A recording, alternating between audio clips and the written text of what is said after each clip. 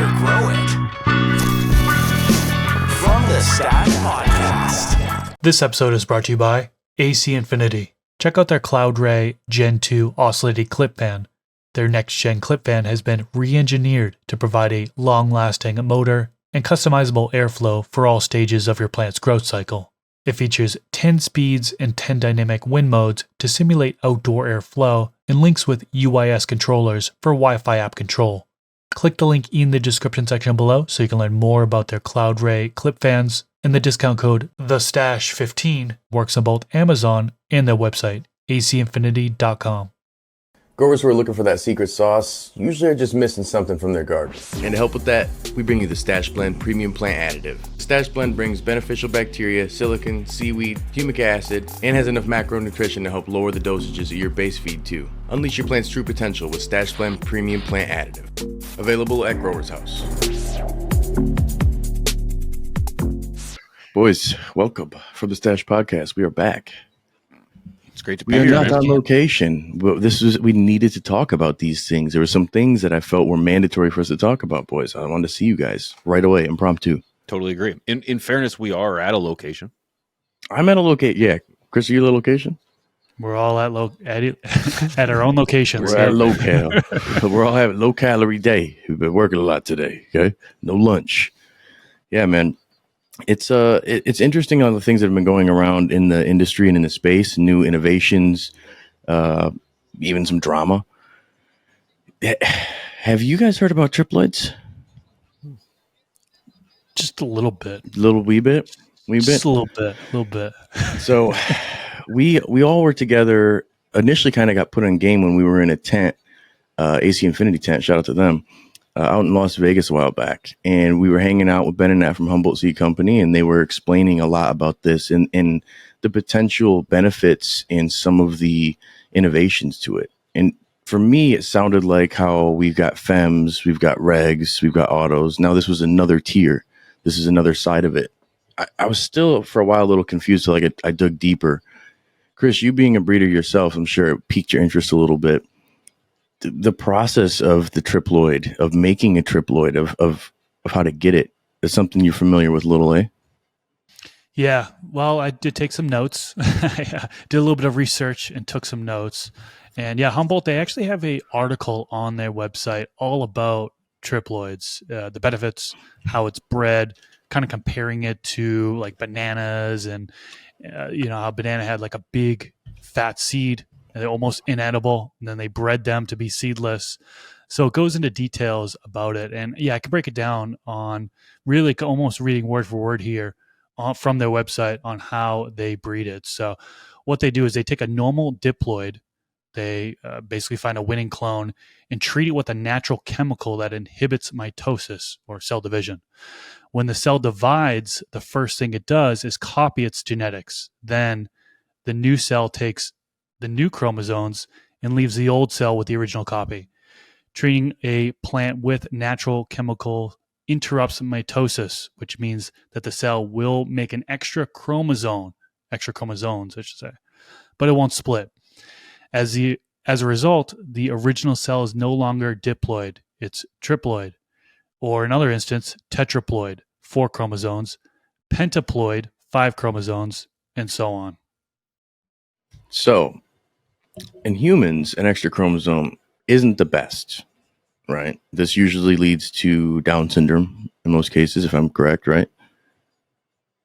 How is it? I don't think we have a doctor here to confirm that. You kind of maybe. Vicariously know Dr. Bruce Bugby at Utah. Dr. Google? Maybe? Dr. Googs. I've watched Grey's Anatomy. I'm pretty sure either way, an extra chromosome Watch for a Nip human. Tuck. I don't know if it's not autism, so it's definitely, I'm 99% sure. If you're watching this video, please educate me in the chat.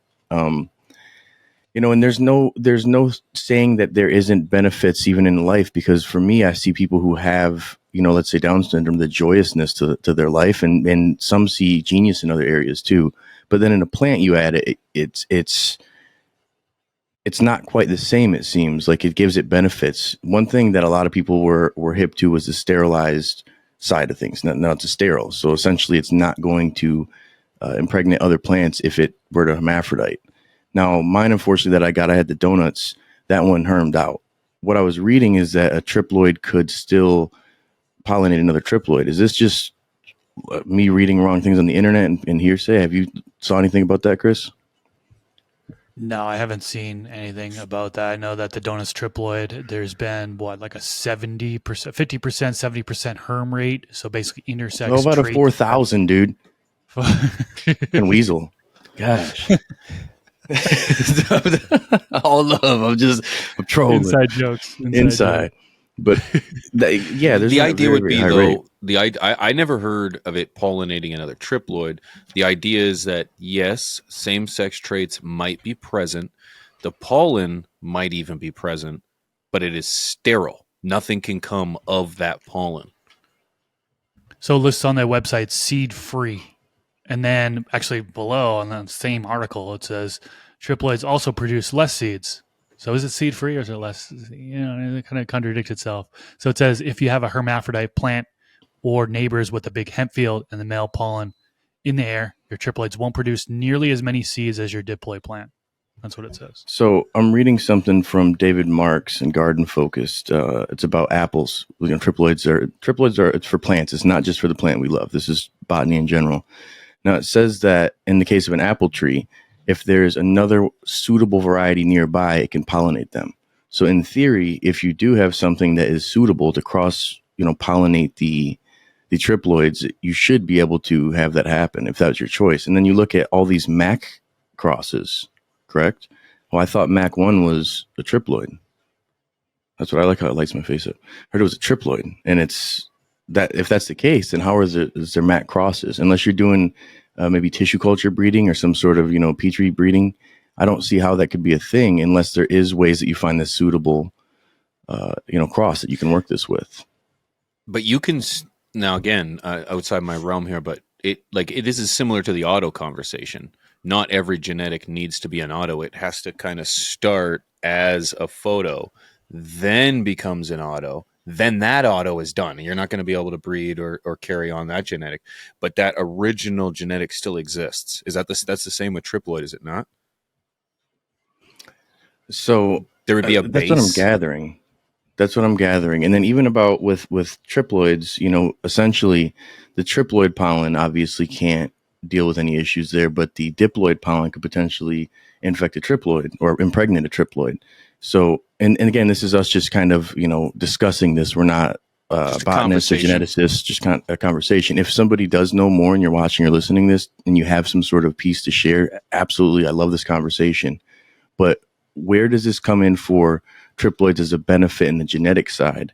Is it the fact that, I've read the article that Humboldt put out, increased cannabinoids overall, and then potentially better yielder for extracts as well. I had a video where they were breaking down the wash rate was higher with triploids. So the benefit to me seems like it's a little more minimal when it comes to the home grower versus this is a commercial based thing when it comes to adding a triploid in. Just like an autoflower wouldn't make sense for a commercial grow, that's more for the home grow variety. You see what I'm saying? So this evolution of triploids, I feel like it is a cool thing in some sense, but what my focus more than anything is the next evolution in quality genetics. This seems like almost, I wouldn't say a stop, like P said, autoflowers is where genetics go to die. This almost feels like this is where the end of that lifeline would go. If you don't continue it, this is now after that, if you could figure out a suitable parent or suitable partner to pollinate, you might be able to make it. But now we won't have a cross of this one main plant with 50 different genetics like you see with biscotti or gelatos or runts. They all have, 100 different varieties, but the one core genetic to cross them. Do you guys see a benefit in terms of adding these to that list of autoflowers, regulars, femmes, to make it valuable enough that there should be a version of triploids for all genetics? Yeah. Go ahead, Chris. Well, yeah. One of the other benefits that you didn't really touch on is the increased diversity. So adding the extra chromosome or several means you're adding more phenotypes that you can work with. So new taste and smells is what's advertised there, is you can really come up with new flavor. And with triploids or tetraploids, it'll allow for 1,200 different genetic outcomes. So that's more than your diploid.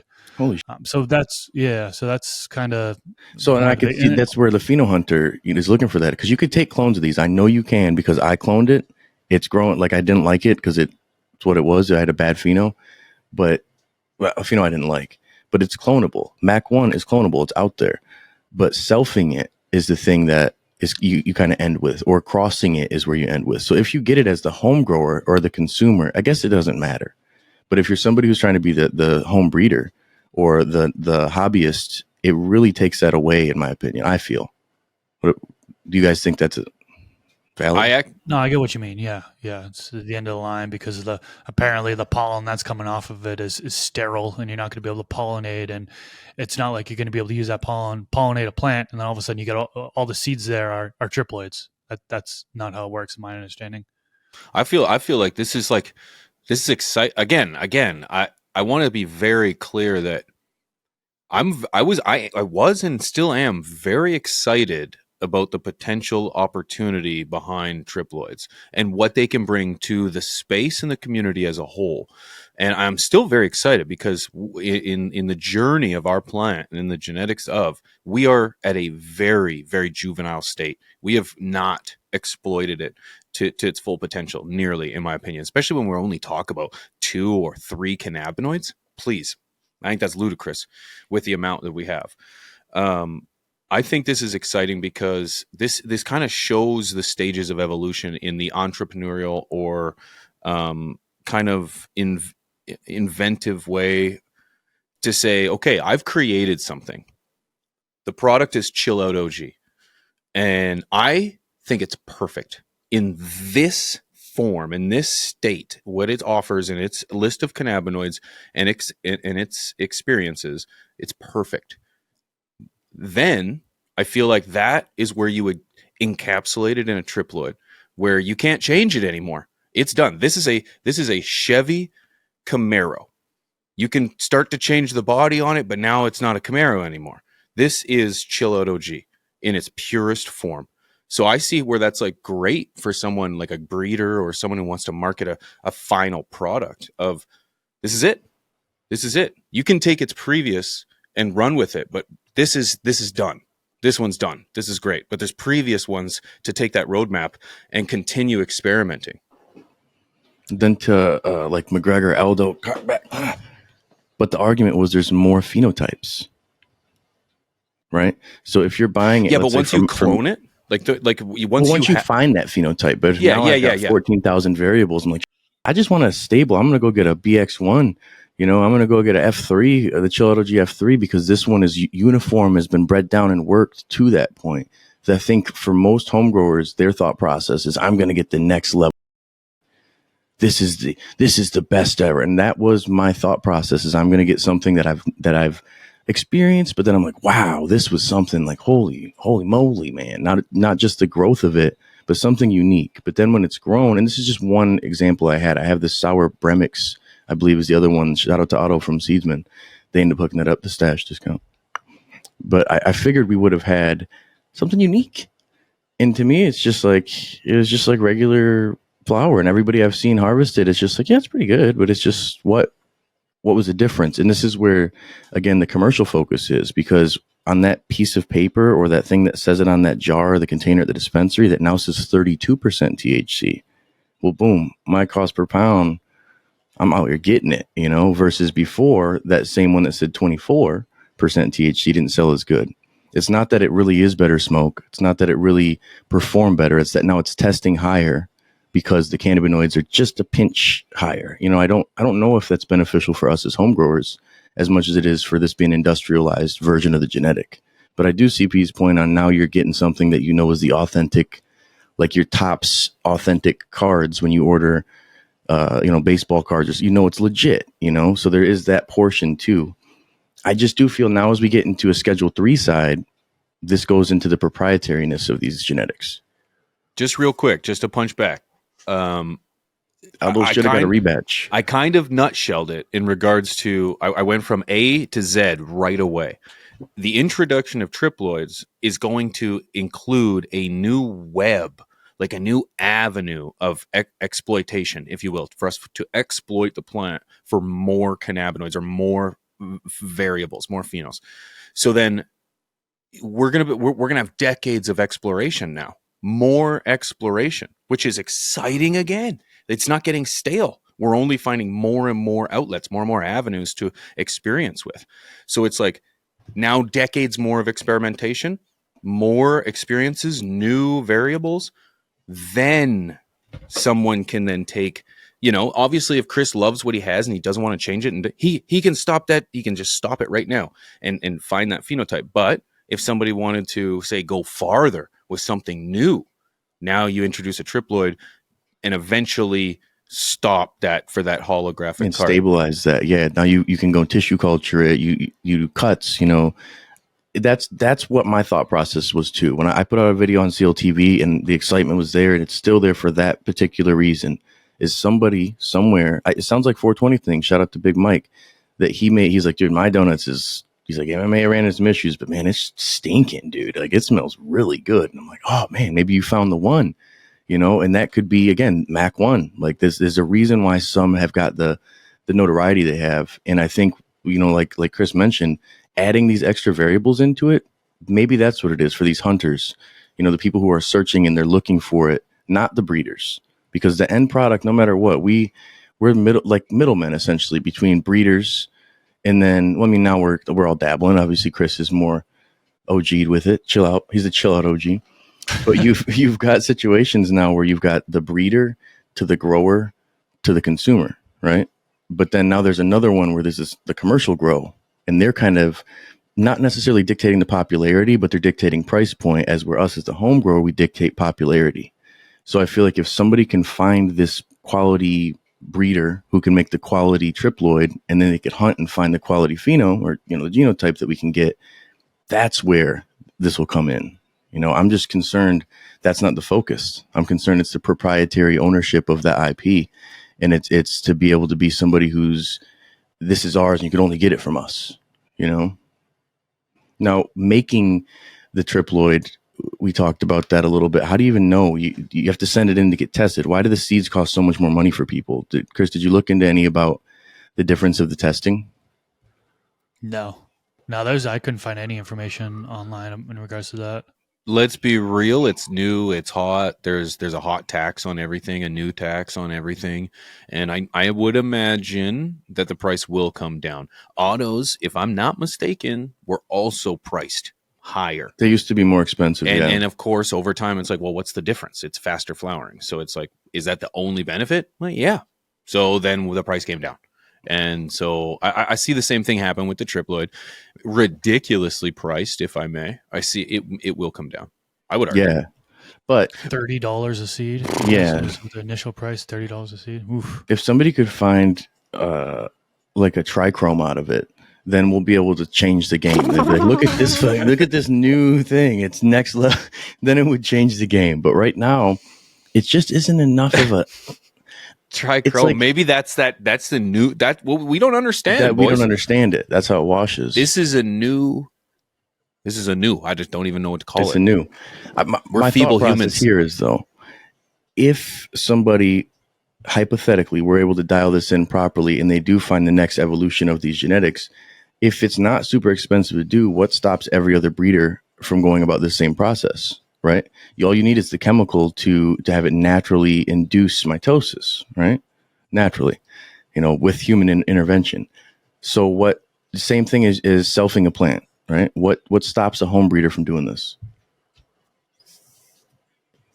What encourages you, Chris? You're the whole breeder right now. You're speaking for the ball. I have no desire to breed triploids after the whole situation that went down with 70% herm rate. Or I don't foresee this. Well, the OGs haven't. Yes, they have. The OGs aren't doing that. Yes, they have. Yep. There is confirmation, or at least there is word on the internet. But is there viable seeds? And if you have them, can you send them to me? I don't care if there's viable seeds. I don't care. I ain't smoking pollen, bro. Pollen all over the flowers. Who's smoking that? Nanners all over the flowers. Nobody's going to be. Someone is want apparently to consume that. That was there was a battle. Like, oh well, if the seeds are as long as there's no seed development or the seeds aren't viable, seeds shouldn't be viable, so it's okay, right? No, there's pollen everywhere. There's nanners all over buds. It's embarrassing when you go to your growme, the grow bros who know their stuff, and you're what like, is this? You're like, ooh, but I don't want to have that situation. Like, I feel like we're going backwards. I feel like we're putting seeds and sticks into the herb again. You know, we shouldn't. Here's my argument. Unless we're being told we are. Not for $30 a bean. If someone told me, hey, we need help at mass, we need tens of thousands of people to give this a shot.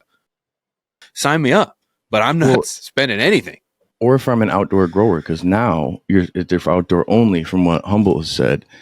The guys from Sour Bremix, I forgot the breeder of that one. My apologies. They don't say it's outdoor only. So are triploids more beneficial for outdoor growth, you think, than for indoor growth? Maybe that's the trick that we're missing, because it can deal with the harsh environment more, and it could potentially produce more of these cannabinoids naturally because it's designed for that type of stress, so to speak. So you would think if it's okay for outdoors, it would be even better for indoors, where the temperature and where you control everything is consistent. That's right? ridiculous. Are you trying to be logical here, bud? Stop that now. Well, see, here's the thing. Clear the sawdust out of your eyes, Chris, because what you're saying right now makes no sense to me. Well, the reason why they came out and said why they changed it to outdoor only is because they saw a stretch happening. They said this is typically turning into a bigger plant, so concerns that it was not going to fit in people's grow tents, they said, you know what, this is an outdoor only. That was their reasoning for switching it to an outdoor only. Trilogene beans is who it is, and theirs also are crazy expensive. A 5-pack for $1.50. Ouch. It's just like, what's going to make it better? Stress disease, pest resistant, less risk of hermaphroditism. New triploid strain with increased stability, higher yields, cannabinoid and terpene production. It's a new tax, baby. It's a new tax, man. I just don't see it. I don't see it.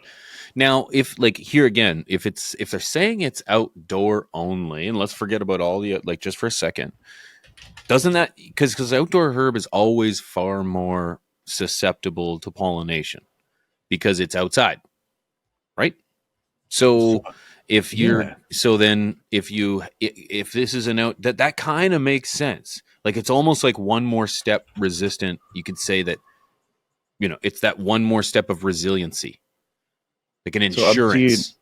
I'm seeing a cost of $600. This is this is just me Googling it. It's from a website. Yeah, the first one that pops up, around 636 doll hairs for 150 milliliter, depending on the pharmacy you visit. So this is a pharmaceutical thing here, that the colchicine that people are using, I can't ever even say it, the coochie thing that people are using to do this, and the cost of it isn't that much more. So my thought process is it must be the testing, and if it's not the testing, then it's them adding this value onto it because they know that this would be for a commercial grow. Same reason why a cut costs $10,000 from a random farm in Oklahoma that is only for the commercial grow, because they know their ROI on this thing is different. The issue is us as home growers, we get baited in and we think we need to have the same stuff. Everybody feels they need to have a big CO2 setup. They need to have this, that, the other thing, just like the commercial grows. You need to be able to double trellis. Look at the size of lights, dude, right now. So now I'm concerned that new growers are going to be getting tricked into thinking this is, if you want to be able to get the best, like everything else is all right, but this right here, this shit right here, this is what you need. And I almost feel like the buck needs to stop here. If there's no hype, like we kind of said, it's supposed to be this, it's supposed to be that, things that you read from Humble's website, which they sell the genetic. So it's tough to say that source isn't biased. Why has it made its way from commercial agriculture, which also was stolen by big agriculture, mind you, to us? Where's the hype come from? Do you think it is because of the Humboldt stuff? Well, honestly, the hype came from a lot of us. Straight honestly, with that conversation. Not Chris. I don't think Chris at any point. Well, I don't think at any point did you say I'm doing it. Like, we've all the thing is regardless, it's just it was a it was a conversation. Right. It was a conversation. It was a conversation. Sure, some of us championed it more than others. But the thing it does. I'm not pointing fingers. I don't. Technically, you had your whole hand pointed like this. You're right. I'm not pointing fingers, man. At all. Like, dude, No, the thing is I'm not trying to point fingers, but the reality is that yeah, we were convinced in that 10 by 10 tent of all the things that we kind of just mentioned right now, which got us excited again. And yeah, I just got excited as you're talking about it. I don't think it's a disservice to be excited. My glass is half full. I get it, but the reality to me is that I'm empty. But is that we need to be somewhat open-minded to innovation in our space. There's going to be things that strike out. Bluetooth grinders, triploids, Donuts, triploids, at least. Donuts, triploids. And there's going to be things that hit. Autos were a big success. They're still going. It's still happening. This stuff has to happen. I think it's important. Look at the evolution of the extraction methods right now. Things are continuing to happen, and that is exciting. We should be inviting to these things, but there needs to be accountability when sometimes you swing and you miss. You swing and you miss. So this is a swing and a miss at this particular point in time for at least myself and for the majority of home growers. But I think there will be a time when something that I don't really understand will come into play, and this will be something to talk about. Well, let's think about where it is going. If it's already in this space, where it's going. There's a brand I've never heard of who has it now, and Humboldt has it. Now, the drama that came up, specifically the live stream over on Homegrow TV's channel, it wasn't a good one. If you saw it, it was a train wreck. Shout out to them, great crew. Just was not laid out. Do you think it's going to scare other breeders away from it because of this? Do you think 100%? Yeah, some. Yep. I'm happy to hear that. I don't want this to become a thing where the people who, let's say again, yourself, prime example is you, THC Titan, Rasta Jeff, us eventually, me and P, we Swank Genetics out here. There's so many things that came from somebody in their grow tent or their basement or their thing like that. And if the majority of these good genetics get gatekeeped, in my mind, they become a gatekeeper of the industry, take them, these starting points are going to disappear, and we're going to have to see somehow, some way, people go like strain hunters, which shout out to them. I see they're back. It's great. Go find land races and restart. And I know there's people who have huge amounts of seeds. I got a fair amount myself, but we're getting to a point where I do have a little concern where everything is bred with runts or bred with now permanent markers being put in everything, which is also back or this or this and this. There's so many genetics that are being washed out.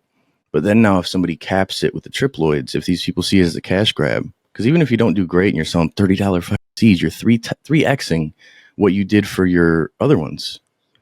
I'm worried that there's going to be a majority of people who are still pushing it. You know what I'm saying? I guess we'll see if somebody finds a fire cut, because right now there's nothing that makes it say that the end product makes it worth it for anybody, I'm sure there is going to be breeders that figure it out, right? They're going to be able to do it properly. They're going to do proper testing. And then once they do the proper testing, then they'll release to the public and won't come across the issues that Humboldt came across. I think that, yeah, people are going to be interested and work it. But I think there are some breeders who are shying away from it at this point in time, at least. The seed price needs to come down. I mean, $30 a seed, that's ridiculous. Even $15 a seed. $10 a seed.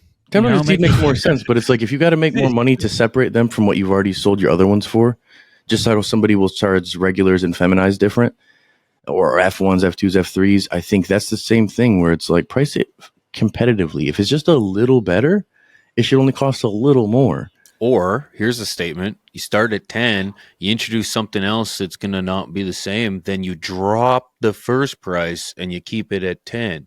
So if your last one was 10, it drops to $8.50, and now the new one's 10. And then a new one drops. This one stays $8.50. The next is $8.50, and the next one drops. It's 10, and so on and so forth. $10 a seed is already astronomically.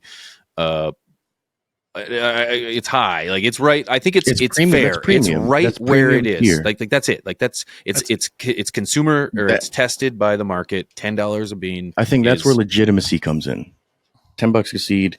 That's a premium tier seeds.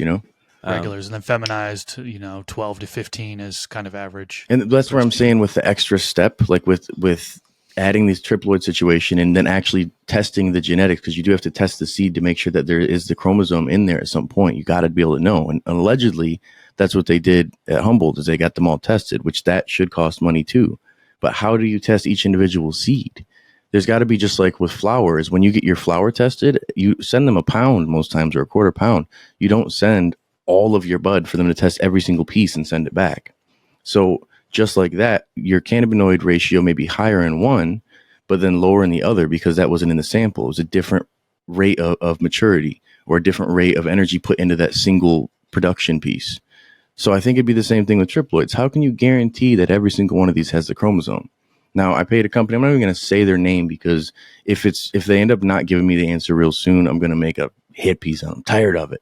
$636 total. Or that was that. $580 total, because I had to pay a shipping fee. And I only paid half of it up front, right? And they said if I want to complete it, I got to pay the other half. I was like, all right, no problem.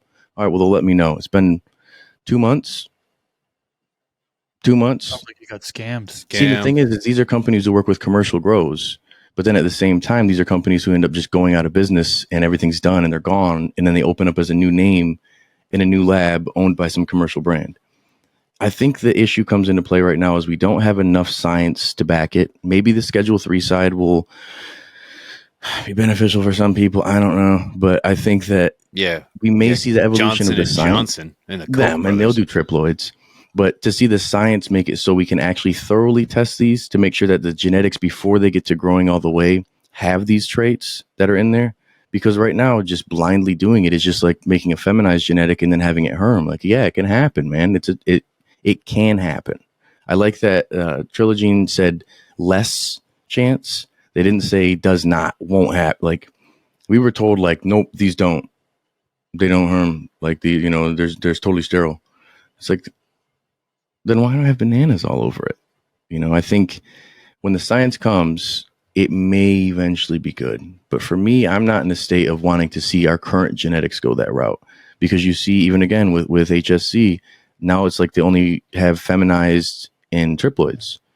So then the regulars are missing. So the chance of you finding a male to work with all of a sudden is just, it's gone. So it really stops. It gatekeeps genetics for the home breeders. And then we lose out on the opportunities of the chill out OGs. Again, of anything that you've seen that came from a one-person band, anything, People Under the Stairs, Boston Roots, Karma. These are all one-man shows that started because they were able to do things at home with somebody else's initial creation. Yeah, I don't know. I like to, again, I think I don't see it as bad. I think it brings legitimacy to the game. It's the idea of a breeder working so hard for so long on a project. I feel like that's the ultimate patent, having that final triploid where it's like you can sign off on this, and this is Dead Ops OG by Zaza Genetics in its form, purity, and everything that it is. This is it. It can't be manipulated. It is his. It's no matter what. But that doesn't mean that someone can't go back one generation, because you can't stabilize or triploid every form and then patent it. You would have one. It's like Lego. Lego uses plastic, which is not patented. Plastic is plastic is plastic. There could be a plastic making company that has a formula or recipe for it, and then companies purchase the plastic to make their products. There's Lego, there's Ghetto Block, whatever. There's other ones. Ghetto Block. There's there's other ones. There's big ones, there's small ones, but they're not Lego. They're not Lego because they're just Lego bricks. They're bricks. They're just plastic bricks, but it's not Lego, because Lego is exactly what it is in that plastic form with those size of holes and that rate. Doesn't mean someone can't. You take got Jeff's attention on this episode once you started getting into Legos. Yeah, right. What doesn't mean someone can't go back to the start and make or get the plastic and make their own building block. That's what I see with this. It's just like there's no capping an end to it. It's just now breeders can finally have just sign off on it. I see what you're saying. Have some IP. But don't get me wrong. The whole scheduling thing that you've been referring to, this kiboshes all of that for the Yeah, record. that's good for all. Okay, because like now it gives it to the pharmacies. Pharmacies get rid of the home grow because nobody's making Tylenol at home. Nobody's making Or steroids. and Huh? you know, but the reality is yeah, I see this as being good if I understand it properly, which is far unlikely. That's schedule 1 to schedule 3 is a whole episode in itself. In fact, let's do that for next week. What do you think? Next week's episode, It's a good idea. schedule 1, schedule 3. We should it's a do good it. idea. It's a good We idea. should do it. Yeah. I If think you guys you want know. to see that, put it down in the comment section. Yeah, and smash the like if you like this conversation. I just want to end it on this one last thing. You know, as long as we maintain, as long as somebody somewhere is maintaining original old school genetics, and you've got beans in yourself, it's never going to die. Because a lot of these genetics are back crossed with this and crossed with that and crossed with this. And the more you work it out and you cross it and you try to figure it out, the more we're going to be able to find these new colors in the crayon box. We can't get too concerned with somebody wanting to take their IP and stop it there because that's theirs, whatever. But what they took to make that, I'm going to go find that and make it better. That's how you got to go about it then. Yes. You know? Yes. Yep. Shout out to There's the so breeders many making it different happen. varieties of Kleenex or nose tissue, whatever you want to call it, right? It's just I like the Lego one the best because I took my kids to this convention thing and they were all fake Legos. They were like, Right. these aren't Legos. I right. was They like, don't "What?" have the liability rights or whatever. Yeah. No, it was Block World. And I thought the blocks were Legos, man. It looked $9.99 like admission. Legos. It was fun. Yeah, it was $59.99. Yeah, no, I Yeah. think it's a good talk, man. And maybe what we should do is get a geneticist on here, somebody who can maybe help us break down a little bit at some point about triploids, autos, and femmes, and why these are things that may cost more We or can how get they Ben can and be. Oh, probably busy carving canoes right now, Canoes so for it's in the wrong time of the year. You're right. I think really when it boils down to it, man, and I've boiled down 4 times, I said it now in this episode, we need to just continue as home growers and as people who consume to keep searching, keep hunting, but always maintain the good. The grass isn't always greener on the other side. Concur. And, Great. and don't pay $30 a seed. Don't pay $30 a seed, man. I'm sorry that was ever a thing.